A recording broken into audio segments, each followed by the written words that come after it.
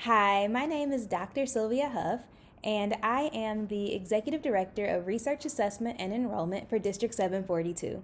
I am glad that I get to read the next chapter of Cleo, Edison, Oliver, Playground Millionaire to you. Let's get ready to read Chapter 3. Turn to page 26, and let's get started. I hope you're enjoying reading this book. Chapter 3, Telling Fortune. Cleo lay on her bed fuming. Apple, apple, apple. A great made-up swear because it was both a food item and a company. She was so mad she could scream, but that would just get her even more time in her room. Solitary confinement.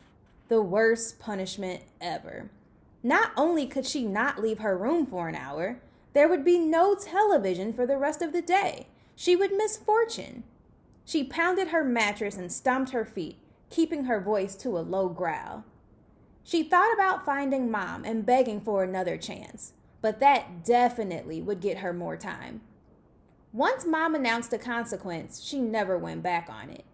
Dad, Cleo could talk into a more reasonable position, but not Mom. She was as immovable as a corporate boss in a labor dispute. Fortune smiled down from the wall. Fortune, always beaming, always believing, always reminding her she could be the success she wanted to be. Fortune wouldn't have punished her by taking away a whole day of doing business. She probably would agree that Josh needed to toughen up a little, and that Cleo was responsible enough to use a chef's knife. She stood on her bed and looked into Fortune's face, searching again for hints of herself. Brown eyes, long straight nose, rich brown skin. Cleo had brown eyes, but they weren't as round as Fortune's. Cleo had a long straight nose, but hers didn't flare out as wide at the bottom. Cleo's skin was brown too, but not nearly as shimmery. Fortune glowed. The biggest likeness was in their smiles. They both had giant, sparkling smiles that could win people over in an instant, unless that person was Cleo's mom. Why didn't Mom believe in her like Fortune did? Well, like Fortune would if they ever actually met. She plopped back down on her bed and fell over, her head on her satin-covered pillow. If only she could talk to Fortune. She sat up straight. Of course! She could write Fortune a letter. A well-written letter would get her attention better than an email any day. And if anyone knew how to write a persuasive letter, Cleo did. She opened her desk drawer and pulled out a piece of the personalized stationery she made that weekend after officially changing her middle name. She looked up Fortune's office address in an issue of Fortune Women magazine, then sat down to write. It took her 4 drafts and a lot of personalized stationery, but finally it said exactly what she wanted it to say. Perfect. CEO, Cleopatra Edison Oliver CEO, Cleopatra Enterprises Incorporated, 818 Camphor Street, Altadena Heights, California, 91120. Fortune A. Davies, CEO, Fortune Enterprises Incorporated, 150 Madison Avenue, New York, New York, 10016. Dear Miss Fortune A. Davies, my name is Cleopatra Edison Oliver. I am in the 5th grade, and I am most likely your biggest fan in the whole wide world. I have been watching Fortune with my mom since I was 3 years old. Seeing you on TV is actually my very first memory. Can any other fan say that? Miss Davies, you talk about purpose a lot. You say yours is delivering destinies and financing futures. I have a future in business. I know I do. First of all, there is my name, which I got from my birth mom. Is it true that you find the pharaohs of Egypt fascinating? Personally, I love my name because Cleopatra was a very powerful woman, just like you. Not only am I named after a queen and ruler, but my initials are CEO, and I'm a Capricorn, just like you, the Zodiac's top business achievers. So, Miss Davies, as you can clearly see, ruling companies is my destiny. I have tons of ideas for what I will do with the money I make, starting with a special theme park for adopted kids and their families.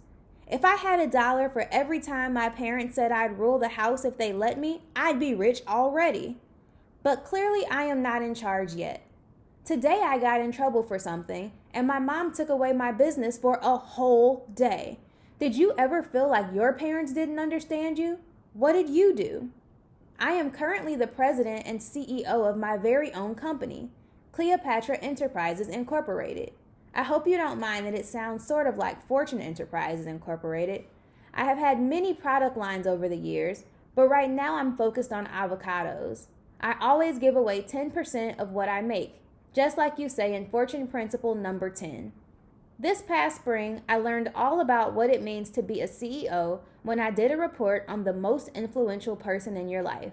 I chose you, of course. I am a member of your Fortune's Kid Club and have written to you many times through your website. Your replies have told me to keep watching because you might read my message on your show, and I have, every day at 4 o'clock. You haven't read any of mine on TV yet, but that's okay. I am confident you will very soon. I know you are super busy running around your businesses, starting schools in other countries, and being on TV, but if you could write me back with the answer to just one very important question, it would make me so excited and happy.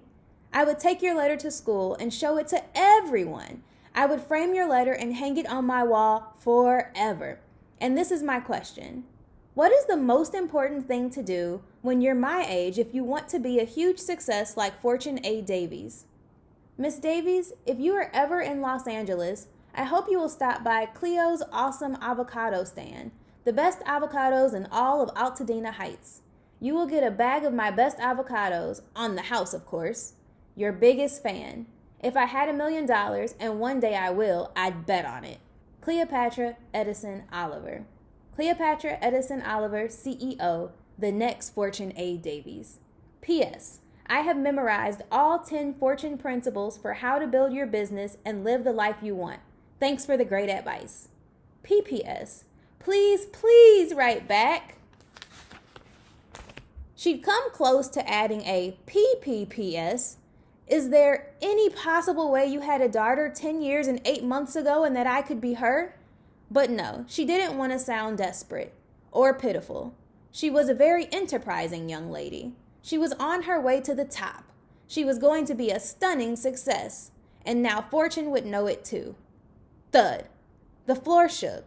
One of her brothers yelled. Thud. Josh and Julian were playing paratroopers off the top bunk again. Cleo looked out her window.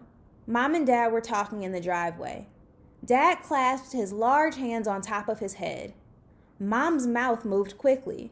Her eyebrows pinched together. Whether in anger or worry, Cleo couldn't say. Knowing her mom, probably both. Cleo pounded on the wall between her and her brother's rooms. Knock it off, Josh and Jay. You know you're not supposed to be doing that. They screamed and jumped again. Thud, thud. Cleo yanked open the window, ready to tell on her brothers. It's not enough, she heard Mom say. Our monthly payment is about to go up. They were talking about it again. Money. Mom hadn't worked for the past several years since they'd gotten the boys. Dad said something, but his voice was too low to hear. They started walking toward the house. Cleo pulled back so they wouldn't see her. Mom's voice floated up from below. I'm not being too harsh, Charlie. She has to learn that she can't just take whatever she wants whenever she wants it. Do you want to raise a selfish kid? Cleo's chest squeezed. She felt hot all over, and something else. She didn't know the word for it. Bad. She just felt bad. Full of badness. She was too selfish for them. She went to her closet and took down the small metal safe where she kept her money between trips to the bank. She turned the dial and pulled out 10 of the dollars she'd made before screwing up and losing her business for the day. She took out another piece of stationery, wrote, "So you can buy your Nerf gun. I'm really sorry," sad face, in her best handwriting. She stashed the money and note in an envelope, wrote Josh across the front, and quickly slipped it under her brother's door. A minute later, Josh bounded in and hugged her so hard he almost made her cry. Dumb kid.